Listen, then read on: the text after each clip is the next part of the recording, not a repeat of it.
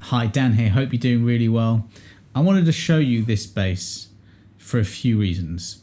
Now, it's a 1982 Ibanez Roadster bass. I recently just went to a shop here in Singapore, I've just moved here, and I wanted to get a really cheap bass basically to film YouTube lessons.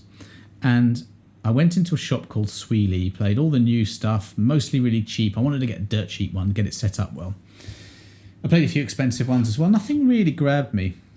So I hadn't played a Sire bass, and they directed me to a little tiny shop around the corner called Guitar Workshop. And this was the first bass I saw, and obviously it didn't look new.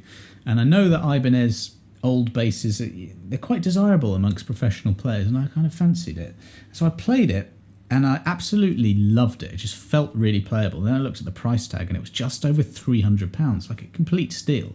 So I bought it, and here it is.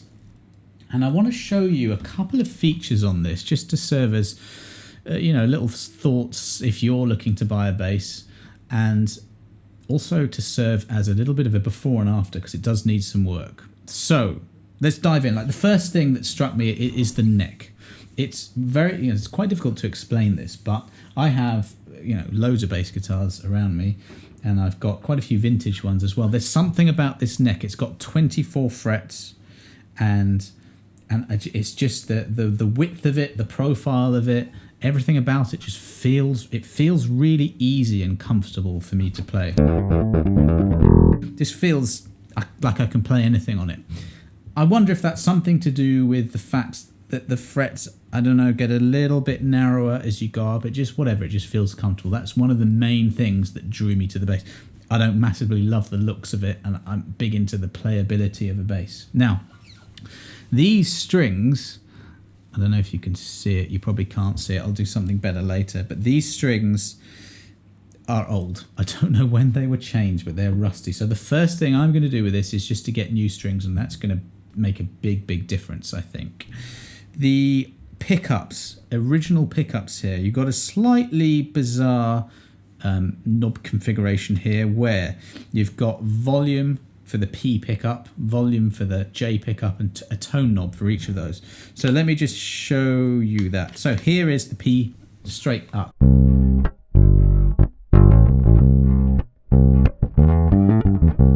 That's the tone knob completely up. Off is... And you can hear it really darkens things up if you roll the tone completely off. Somewhere in the middle. The action's all off on this. I don't know if you can hear the buzzy, rattly thing going on, but that needs sorting out. Here is the J pickup on it, so you get that sort of Jacko bridge thing going on, that honky noise. And that's got its own tone knob, which is quite cool. Now this thing here, this was, I think, a switch, a pickup selector switch, and someone's just put like what looks like a Japanese writing sort of cover over this. So that's the first thing. Like in the modification, I'm not going to do the modification myself. I did that on a P bass. I got a video on that. I'm going to get a professional to do it. I'm going to go. With COVID, I think a lot of the shops aren't stocking things. You can get stuff from around the world, but you can go down a rabbit hole with modifications and just, I want this, I want that. I'm just literally going to go to the shop, probably tomorrow, probably Friday, and just get what is there.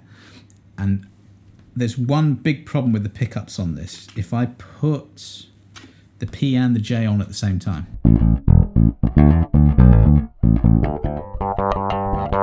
on the D and the G strings, it sounds like it's completely out of phase. I don't know what's going on there. So my options are to get the pickups rewound. There's one guy in Singapore that can do that, and he's really busy. So I think what I'm going to do is just get a new set of PJ pickups in here, because I just want something to work. I want it to sound good. Again, there are so many different combinations. Well, what do I get? I'm just going to get what's there, see what happens.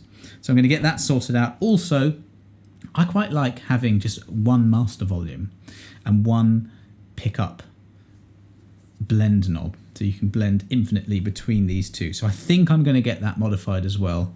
And the last thing that it needs to happen is the screws on this bridge here are incredibly sharp. So if I'm doing anything around here, I'm just going to get completely cut up.